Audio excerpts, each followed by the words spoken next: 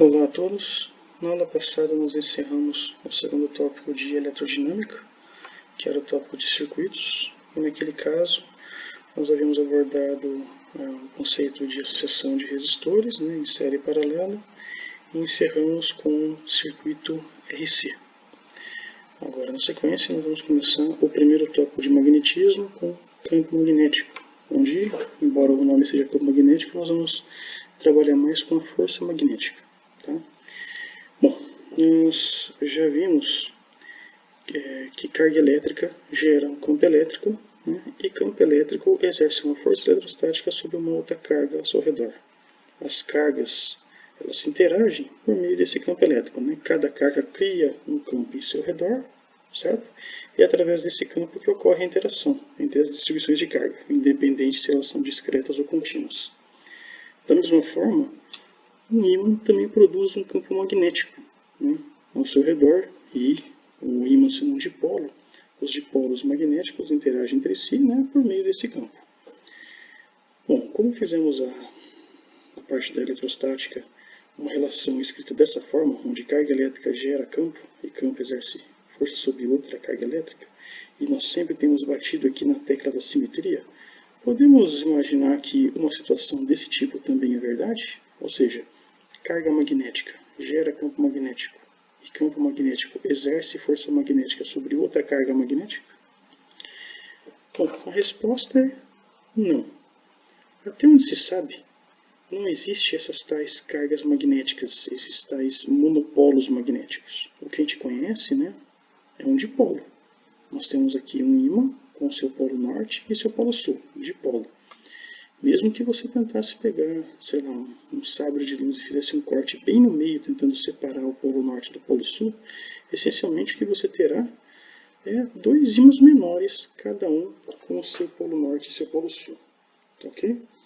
E essa quebra de simetria, relacionada também com algumas predições das físicas de partículas, também tem motivado muitos físicos a tentar encontrar essas tais cargas magnéticas, esses tais monopolos magnéticos. Mas eu posso afirmar que até a data em que esse vídeo foi feito, não aconteceu, não foi possível. Tá certo? O que se sabe é isso. Carga elétrica em movimento gera campo magnético. E carga elétrica em movimento nós conhecemos como corrente elétrica. Então, uma relação que nós vamos trabalhar aqui é corrente elétrica gera campo magnético, e campo magnético exerce uma força magnética sobre um fio transportando corrente elétrica. Tudo bem?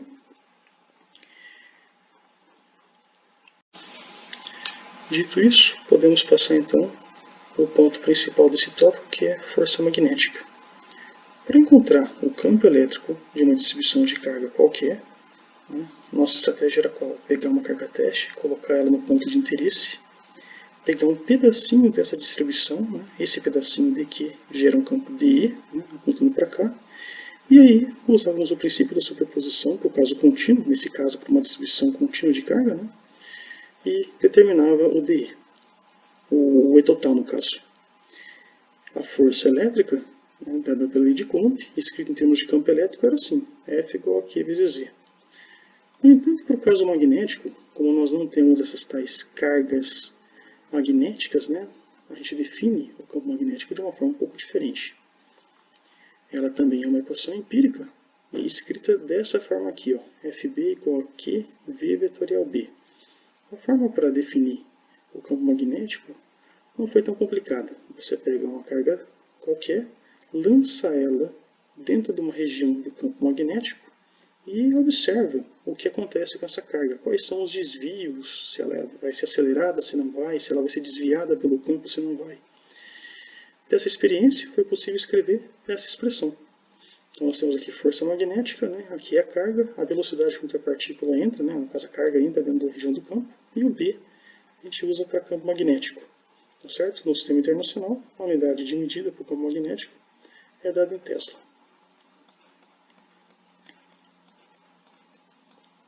Para sair da forma vetorial, é só escrever em termos do ângulo entre V e B. No caso, V, a velocidade, novamente, com que a carga está dentro do campo magnético. Então aqui temos FB igual a QV, B seno de φ. E vocês já devem ter visto, né, a regra da mão direita para poder escrever, poder determinar rapidamente qual que é a direção e sentido do campo magnético, uma vez conhecendo a velocidade, a direção e sentido da velocidade e a direção e sentido do campo magnético. A regra da mão direita ela é bem simples. Nós temos aqui um produto vetorial entre V e B, por definição, te dá um outro vetor que é perpendicular ao plano formado entre V e B, como vocês estão vendo aqui. Então, essa força aqui é perpendicular ao plano formado por V e B. Como nós escrevemos FB é igual a QV vetorial B, você imagina o V fechando o B com os dedos da mão direita, igual está aqui. Tá? Imagina esse vetor V fechando o B. E aí, você tem a resultante dada pelo polegar, tá certo? Se a carga, no caso, for positiva. Se ela for negativa, é a mesma coisa. A única diferença é que o sentido da força é oposto, tá? Você imagina também, novamente, o V fechando aqui na direção do B, tá? O teu dedão apontaria para cima, mas como a carga é negativa, a força aponta para o sentido oposto, apontaria para baixo, beleza? Com alguma frequência, quando eu dou aula presencial, os alunos acabam me falando que aprenderam também a tal da regra da mão esquerda, onde você na mão esquerda você coloca o dedo indicador, o campo magnético, o dedo médio a velocidade e o dedo polegar, ele é a resultante, tá certo? As duas funcionam da mesma forma. Usem aquela que vocês se sentirem mais confortáveis. Provavelmente em alguns exercícios, alguns desenhos que vocês vão verificar, talvez seja mais fácil visualizar a resultante usando a regra da mão esquerda, outras vezes vai ser a regra da mão direita, tá certo? As duas servem para a mesma coisa, usem aquela que vocês se sentirem mais confortáveis na hora. Bom, linhas de campo magnético. Da mesma forma que as linhas de campo elétrico, né, elas são devidas ao Michael Faraday no século XIX, e embora elas não tenham sentido físico real, elas servem para melhorar a nossa interpretação de como se dá a interação entre distribuições de carga, né, independente se elas são discretas e contínuas, e também como se dá a interação entre os dipolos, né, entre os ímãs e as distribuições de corrente. Tá certo? E pela convenção do Faraday, funciona da seguinte forma. Linhas de campo estão saindo do polo norte e entrando no polo sul, como vocês estão vendo aqui. Beleza? E para o caso magnético, nós também podemos imaginar o seguinte. Vamos traçar aqui uma superfície gaussiana de forma que ela pegue apenas um polo. No caso, como vocês estão vendo nesse desenho, eu estou pegando o polo norte. Então nós temos um fluxo magnético de linhas de campo que estão atravessando essa superfície. Não é? De uma superfície fechada, né? Nós temos a integral fechada. Quando era o caso elétrico, era E de A. No caso magnético, vai ser B de A, né? B escalar de A. Só que, diferente do caso elétrico, que era ε0, integral fechada de E de A, né? Onde essa parte destacada era o fluxo, você tinha aqui igual aqui. Para o caso magnético, é igual a zero. Por quê? Porque, olha só, a mesma quantidade de linhas de campo que estão entrando na superfície gaussiana estão saindo dela. Então, o fluxo resultante é zero.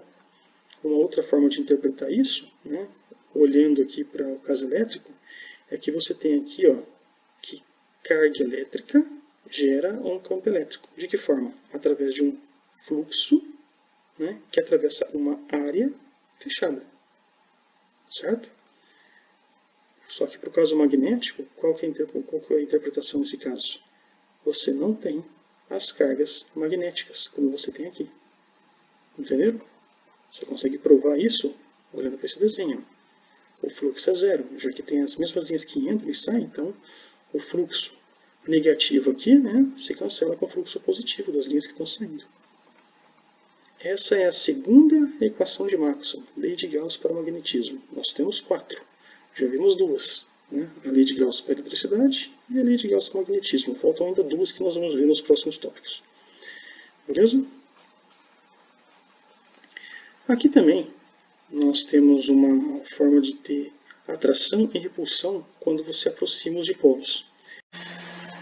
Quando aproximamos dois ímãs, quando aproximamos dois polos iguais, como vocês estão vendo aqui, polo norte do polo norte, o que vai acontecer é que as linhas de campo desse ímã aqui vão interagir e deformar as linhas de campo do outro ímã, e vice-versa. O comportamento dessas linhas fica dessa forma. E aí, isso representa, esse comportamento, uma repulsão magnética. Uma forma, vamos dizer assim, análoga mecânica que a gente pode imaginar.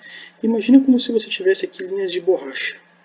Se você tentar aproximar essas linhas de borracha, né, uma vai deformar a outra e você vai ter uma repulsão elástica. Né? A ideia aqui é parecida, né, para a gente poder fazer a análise de como interpretar a repulsão por linhas de campo. Tá? E para o caso magnético, quando você tem a atração, você aproxima o polo norte do polo sul, né, polos opostos, você tem aqui esse comportamento de linhas. Okay? Aqui no caso, quando você tentar afastar os ímãs, é como se você estivesse tentando afastar umas tiras de borracha que são esticadas. Né? Você tem, no caso, a atração elástica e aqui, por caso magnético, dessa forma. E aí a interpretação para o comportamento das linhas de campo fica assim. As linhas saindo do polo norte, ó, e entrando no polo sul, sempre respeitando a convenção do Faraday. Ó, saindo do polo norte e entrando no polo sul. Aqui também, nesse caso também. Beleza? Vale a pena mencionar um ponto interessante aqui a respeito da força magnética. Ela é, como nós já dissemos, né, o resultado de um produto vetorial entre V e B. Então, diferente do caso elétrico, onde a força elétrica aqui pode acelerar ou desacelerar uma partícula, né, já que força e campo têm a mesma direção, né, e podem ser tanto no mesmo sentido ou sentidos diferentes, a força magnética não. A força magnética não pode acelerar ou desacelerar uma partícula, mas ela pode alterar sua trajetória. Tá certo? Vamos reforçar toda essa discussão com um exemplo do livro. Aqui nós temos o seguinte: um campo magnético uniforme B, de módulo 1.2 mT, aponta verticalmente para cima por todo o volume de uma câmara de laboratório. Um próton com uma energia cinética de 5.3 MeV entra na câmara, movendo-se horizontalmente do sul para o norte. Que força defletora magnética atua sobre o próton quando ele entra na câmara? E deu a vocês a massa do próton, que está aqui. Bom, então, nós estamos colocando então o campo dessa forma, né?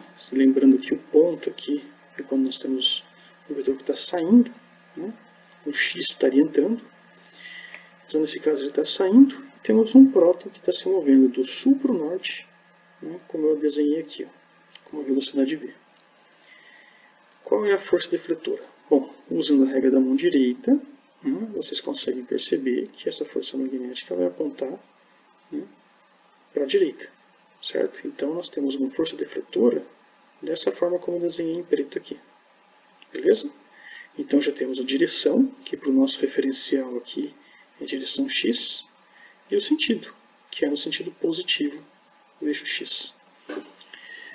Ele deu a vocês o módulo do campo magnético, e para o nosso referencial, nós escrevemos ele dessa forma assim, na sua forma vetorial. V igual a 1 meio de 10 elevado a menos 3 Tesla, e dizer.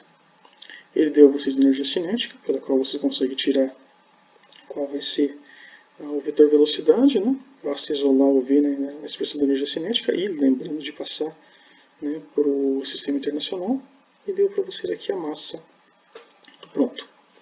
Então, K igual a meio de mv quadrado, como eu falei para vocês, V igual a raiz de 2K sobre M, temos essa velocidade, o próton, e escrevendo na forma vetorial, né, multiplicando pelo vetor correspondente, que para o nosso referencial aqui é o EY, ficou V igual a 3,2 vezes 10 a 7 metros por segundo EY. Expressão para força magnética é QV vetorial B. Então, vamos resolver primeiro quem é esse produto entre V e B aqui. Nesse caso, né, o produto vetorial, nós temos aqui os versores, né, e depois o vetor V seguido do vetor B. Há algumas formas de fazer, acho que as mais comuns aí é aquele método de Sarros, né, que você pega essas duas linhas aqui, essas duas colunas, e repete elas aqui, depois calcula o determinante, ou de um método de Laplace, onde você resolve a determinante de uma matriz 3×3, né, de forma a você fazer 3 matrizes 2×2. Né? Tipo, isolando o EX aqui, você resolve essa matriz aqui. Isolando esse Y aqui, você resolve essa matriz aqui. E quando você tem o Y, você tem a matriz com essa coluna e essa coluna. Tá? Façam aquela que vocês se sentirem também mais confortáveis. De qualquer forma, o vetor da velocidade, como nós temos a partícula se movimentando simplesmente ao longo do eixo Y, ela só tem componente no eixo Y aqui, então o Vx e o Vz é zero. E o campo, que só tem componente em Bz, esses outros dois é zero. Aqui eu resolvi pelo método Laplace. E temos a expressão agora para a força magnética escrita assim. Fb igual a UE, que é a carga alimentar do próton, né? E o que sobrou aqui, que é simplesmente o Vy, Bz e de x. Né? E positivo, que era o que nós tínhamos encontrado aqui no desenho. Né? Força magnética para o sentido positivo do eixo x, que é o eixo horizontal. Eu encontrei o Vy, né? Que é o módulo raiz de 2k por m, né? Substituindo aqui, temos essa expressão para a força magnética. E substituindo os valores numéricos nessa equação, você encontra 6,1 vezes 10 a menos 15 newtons, né, ao longo do eixo x. Então está aqui o vetor força magnética. Beleza? Maravilha. O próximo ponto é um ponto interessante chamado de efeito Hall. Até agora, nós discutimos o conceito de deflexão das cargas elétricas quando você está num campo magnético, né, e isso tudo no vácuo. Mas uma pergunta que eu posso fazer para vocês é, e no meio material, isso acontece também? Tipo, dentro de um condutor, as cargas elétricas que estão se movendo ali também vão sofrer deflexão se você colocar esse condutor num campo magnético, né, e aplicar uma corrente nele? A resposta é sim, mas até um certo ponto. Por quê? Vamos lá, vamos tentar fazer essa análise. O efeito Hall, né, só para reforçar, é devido a Erwin Hall em 1879. Aqui, vamos imaginar que você tem uma tira condutora dessa forma, né, de espessura L, largura D, bem comprida. Pega essa tira agora aqui, levanta ela de forma que você tem esse desenho aqui, ó, tá? Que está a largura da tira, e estabelece uma corrente elétrica por ela. Se você estabelecer uma corrente elétrica de forma que o I aponta para baixo, vocês devem lembrar lá de eletrodinâmica que, levando em consideração o sinal real dos portadores de carga, a velocidade, né, de deriva desses portadores apontará para cima, correto? Bom, aí a pergunta é, como que acontece então a deflexão, né, dessas cargas, né, devido ao campo magnético externo?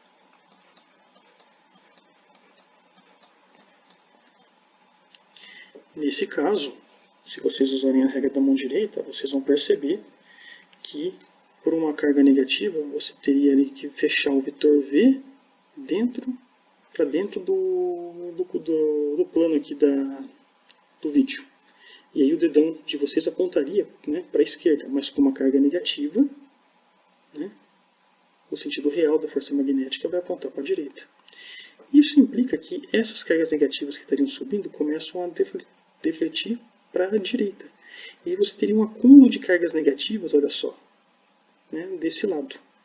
Por indução, se começa a ter mais carga negativa aqui, desse lado começa a ficar mais positivamente carregado. E olha só, carga positiva e carga negativa, nós temos um campo elétrico dentro desse condutor apontando para a direita, correto? Um campo elétrico apontando para a direita, atuando sobre uma carga negativa, vai te dar uma força elétrica atuando para a esquerda, correto? É fácil verificar isso, porque essa carga negativa começa a ser atraída aqui pelas cargas positivas e repelida pelas negativas que se acumularam desse lado. Tá? Vai chegar um momento, tá certo, em que a força magnética e a força elétrica se igualam. E nesse caso, quando isso acontece, as cargas elétricas negativas começam a seguir o seu caminho sem sofrer mais deflexão. Viram? Por isso que eu falei que as cargas são defletidas, né, pelo campo magnético, mas só até um certo ponto. Qual ponto?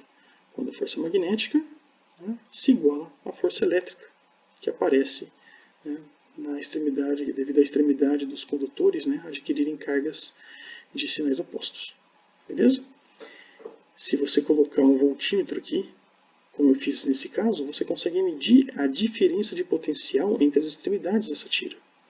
Né? E no instante em que essas duas forças aqui se igualam, né, a leitura do voltímetro ela para de variar, ela fica constante. E nesse momento você tem o que a gente chama de tensão Hall. Tá, ok? Porque quando você liga aqui o voltímetro bem no começo e estabelece essa corrente I, essa leitura, né, vai começar a variar, porque as cargas negativas vão começar a vir para cá e aqui começa a ficar positivamente carregado. Então a diferença de potencial começa a crescer. Quando o FB se iguala a FE, a leitura para, porque não tem mais carga sendo defletida para os lados, tá certo? Não faz diferença se você tomar carga negativa ou positiva, né, com portador de carga, como nós já explicamos lá no primeiro tópico de eletrodinâmica. O que vai mudar, olha só, é aqui. Se a corrente estiver para baixo e você adotar o sinal positivo para os portadores, né, a força magnética vai continuar do mesmo jeito, ó, apontar para a direita. Então as cargas positivas começam a ficar, serão defletidas aqui para a direita, você teria um acúmulo positivo do lado direito e, por consequência, um acúmulo negativo do lado esquerdo. E assim você vai ter uma diferença de potencial, né, entre as extremidades dessa tira aqui também e um campo elétrico estabelecido, apontando agora, né, para a esquerda. Nesse caso, sobre uma carga positiva, essa força elétrica também vai apontar para a esquerda. E é fácil ver isso, ó, porque essa carga positiva é atraída pelas cargas negativas aqui e repelidas pelas positivas aqui. Tá ok? Maravilha. Vamos encontrar então uma expressão que permite estimar a densidade de portadores de carga que tem nesse material. Tá? Isso é particularmente interessante porque, olha só, se você consegue encontrar a densidade de portadores do material, você consegue estabelecer que tipo de material você está lidando, simplesmente fazendo uma medida de diferença de potencial. Vocês viram que é interessante? Então, se eu te der um material que vocês não conheçam, né, se você pegar, estabelecer uma corrente e colocar ele num campo magnético conhecido, você vai medir essa tensão Hall e com essa tensão Hall você consegue, inclusive, me dizer que material eu entreguei para vocês. Entenderam uma aplicação, então, do efeito Hall? Tem outras aplicações, mas essa aqui acho que é mais interessante no contexto de Física 3. Beleza? Então, vamos encontrar essa expressão para densidade de portadores. Como nós estamos lidando com o problema de força, o primeiro passo é montar um diagrama, que está aqui montado, né, tanto tomando a carga negativa quanto a positiva. E o segundo passo é usar a segunda lei de Newton. Nesse caso, né, independente do desenho que você escolher, né, do diagrama que você escolher, vamos escolher esse aqui, por exemplo. A somatória das forças, quando você estiver já na tensão Hall, vai ser igual a zero, porque as cargas não vão sofrer deflexão, né? Então elas não vão se mover ao longo do eixo X. Né? Ao longo do eixo Y elas vão se mover com velocidade constante, de qualquer forma seria zero. Bom, para o eixo X, onde as duas forças estão atuando, né, força magnética e força elétrica, você vai ter força magnética positiva e força elétrica negativa, como está aqui. Então, FB igual a FE. Conhecemos a expressão para força magnética e para força elétrica, vamos substituir aqui. Você vai ter QV B seno φ igual a QE. Corta os Qs. Né? A expressão por V nós encontramos no primeiro tópico de eletrodinâmica. Né? É J por N', onde N' é a expressão, é a densidade de portadores. Né? E J é a densidade de corrente. J é I por A, como está aqui. Substituindo essa expressão aqui dentro, nós temos BI igual a N' A igual a I. Tá certo? Esse E aqui é importante lembrar que esse é o E Hall, tá? É o E devido à diferença de potencial Hall entre as extremidades da sua tira condutora, tá? Por isso que eu estou chamando agora aqui, ó, de E Hall. Bom, nós podemos escrever esse Hall em termos da diferença de potencial Hall através dessa expressão aqui, né? Conhecendo o campo elétrico, né, de qualquer distribuição de carga, você consegue encontrar a diferença de potencial, né, entre dois pontos independente da trajetória. Lembra? E a partir do último tópico de eletrostática, nós começamos a adotar essa expressão aqui para a diferença de potencial, através daquelas contrações de notação que nós já discutimos. Bom, o E, nesse caso aqui, ó, ele está apontando para a direita e o teu TL vai de mais para o menos, que também aponta para a direita. Então nós temos a mesma direção, mesmo sentido. O ângulo entre E e DL nesse produto escalar é igual a zero. Cosseno de zero é 1. O campo E Hall, quando atinge a diferença de potencial Hall, o campo não varia mais, ele é constante porque a diferença de potencial é constante. E se isso é verdade, o E sai da integral, como está aqui. E a integral de DL é a própria largura da sua tira. Então, V Hall é igual a E Hall vezes D. Isola o E e substitui aqui. Aí temos BI sobre N'A igual a V Hall sobre D. Né? Agora basta isolar o N' e temos a expressão dessa forma aqui. Como a área de seção transversal, né, da tira, que é L, né, vezes D, como nós fizemos aqui,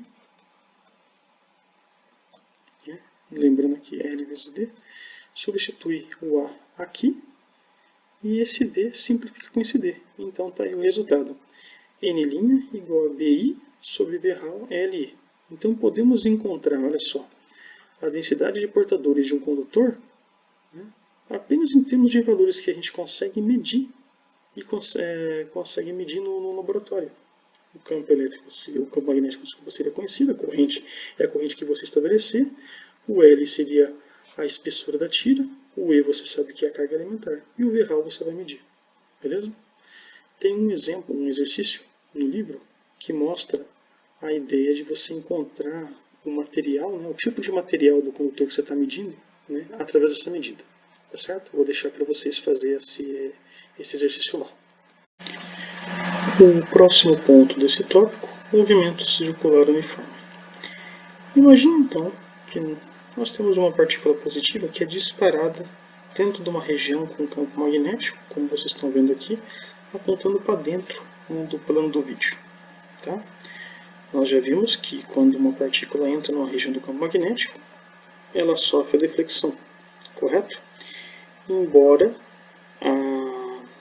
o campo magnético não pode acelerar ou desacelerar a partícula, ele pode alterar a trajetória. Quando você atira a partícula dessa forma, né, a força magnética apontaria para cá, né, para dentro, né, desse círculo que vocês estão vendo aqui, que a deflexão formaria esse círculo. Em qualquer ponto que vocês pegarem aqui, a força magnética apontaria para o centro do círculo. Tá certo?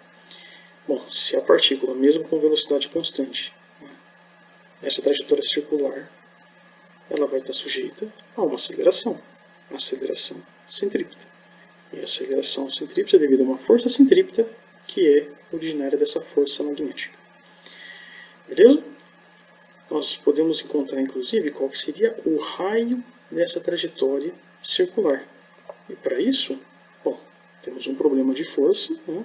Vamos adotar a carga positiva bem nesse ponto. Você teria a velocidade apontando para baixo e a força magnética apontando para a direita. Então já estabeleci um referencial aqui, ó, x e y dessa forma. Tá? O diagrama de força já está montado. Próximo passo, segundo a lei de Newton. Nós temos o somatório de forças igual a m vezes a. Os índices vão de 1 até 1, correto? Onde só tem uma força aqui. Vamos sair da notação vetorial e escrever em termos do eixo na qual essa força está aplicada. Quando você sair da notação vetorial, os índices somatórios continuam iguais. Você tem somatória de forças igual a MA, onde A é V quadrado por R, né? Que é a expressão para aceleração centrípeta que vocês viram lá em Física 1. Como a força está apontando no sentido positivo do eixo x, que é VB, seno de φ igual a mv quadrado sobre R. Como o ângulo entre V e B aqui é 90 graus, né? Uma vez que o V está para baixo, né? E o B está para dentro, você tem um ângulo de 90 graus entre V e B. Como vocês viram aqui. Esse seno de 90 é 1, esse V simplifica com esse V, e aí basta isolar o raio. R igual a mv sobre QB, né? Onde V é a velocidade da partícula que entrou naquela região do campo magnético, que é a carga dessa partícula. M é a massa dessa partícula e B é o campo magnético externo. Com essa informação, nós podemos encontrar várias outras. Por exemplo, se você conhece o raio da partícula, você consegue saber o diâmetro, né, da trajetória circular e o comprimento dessa trajetória, uma vez que L é igual a 2πr. Assim, sabendo que o raio é mvqb, substitui aqui, você tem que L igual a 2π mvqb.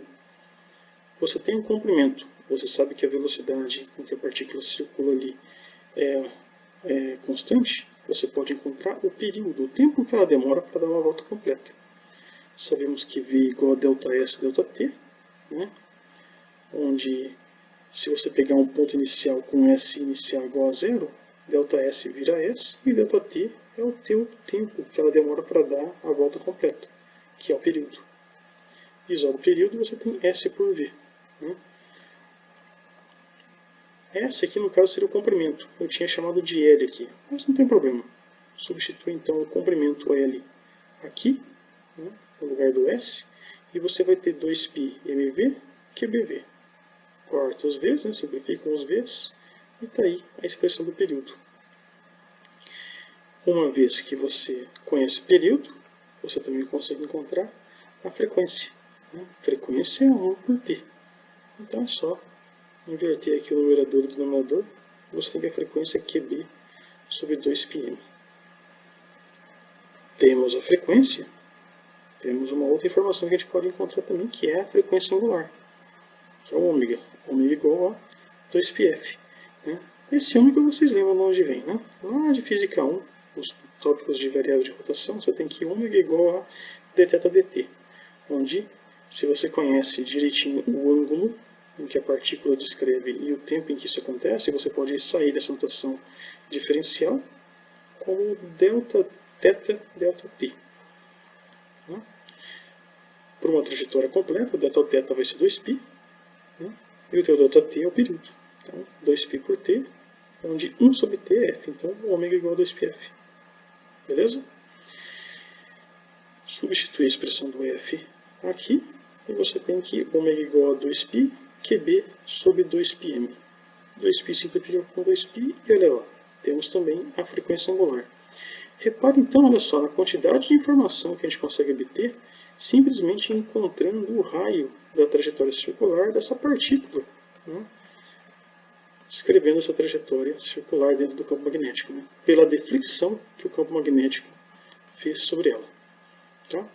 Agora, olha só, imagine o seguinte, que essa arma que está disparando a partícula, né, nessa direção e sentido, imagine que você pegue a ponta dessa arma aqui e puxe ela um pouco para fora do vídeo, né, e faça o disparo. Puxa só um pouco, fazendo um ângulo θ com o plano do vídeo. Nesse caso, a trajetória vai ser circular, mas ela vai mudar. Você vai ter uma trajetória helicoidal, com a partícula circulando aqui, ó, saindo do plano do quadro. Não é?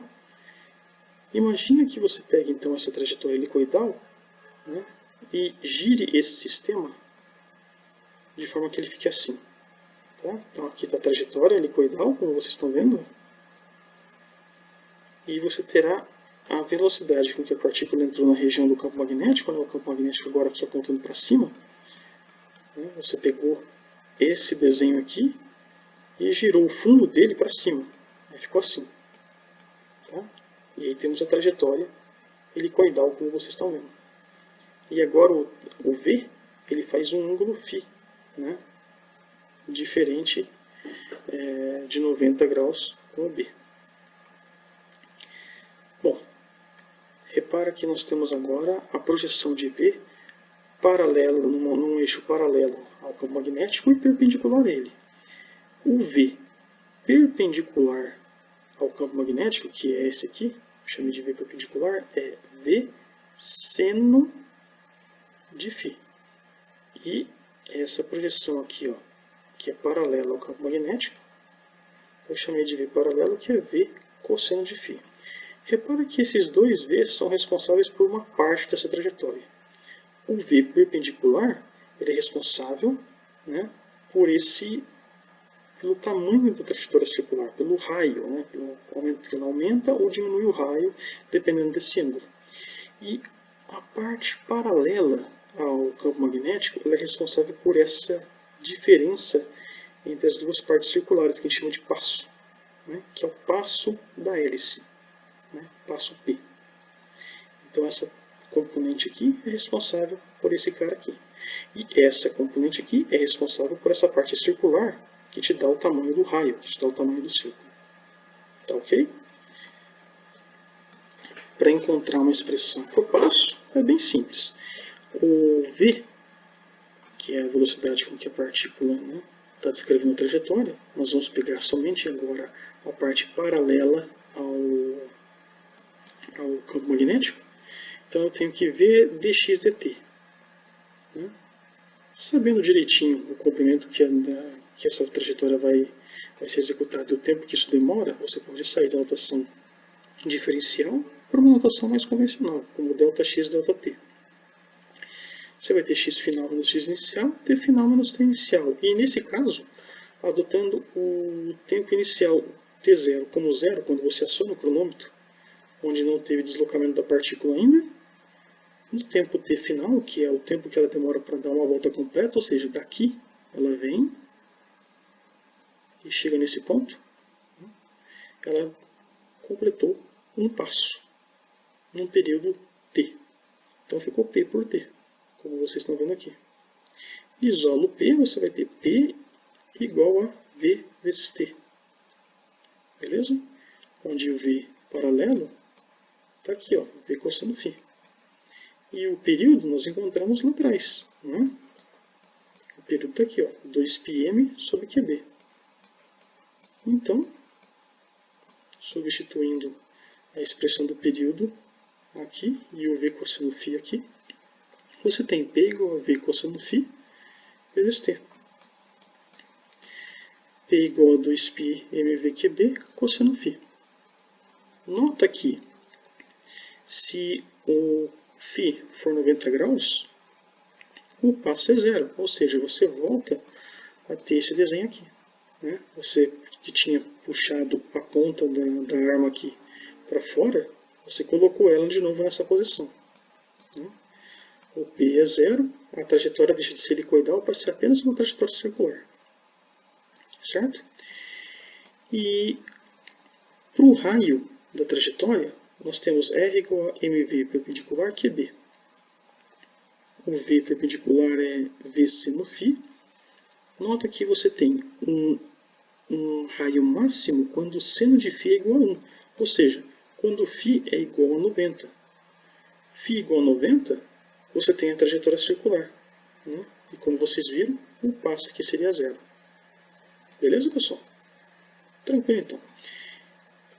Eu fiz aí com vocês um ou outro exemplo, né? E eu vi que tem mais exemplos no livro nesse tópico. Eu vou pedir que vocês façam os demais, tá? E eu encerro daí a aula por aqui. Então é isso, pessoal. Até mais.